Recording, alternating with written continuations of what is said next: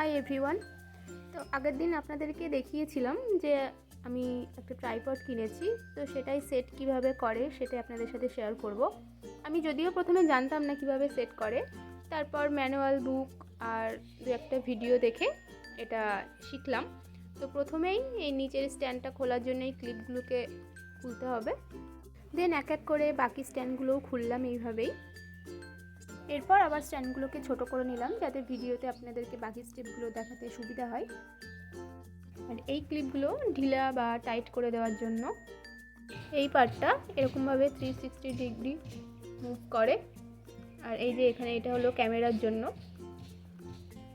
পার্টটা ঘোরালেই জিনিসটা এক জায়গায় সেট হয়ে থাকবে। আর এই পার্টটা হলো ফোনের ওই ফোন স্ট্যান্ড করার যে জায়গাটা, তো এটা এই পয়েন্টটাতে গিয়ে আটকে দিতে হবে। আটকে দিয়ে এই জায়গাটাতেই ফোন সেট করে রাখা যাবে। তো আপনারা যেভাবে পারবেন সেভাবে ঘুরিয়ে আপনাদের দরকার অনুযায়ী সেট করে নেবেন। এই যে এই পার্টটা, যেটা এই ট্রাইপডের আসল জিনিস, 360 ডিগ্রি রোটেট হচ্ছে।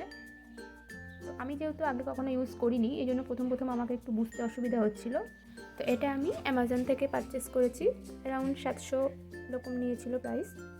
তো ভিডিওটা ইউজফুল হলে অবশ্যই একটা লাইক করে দেবেন।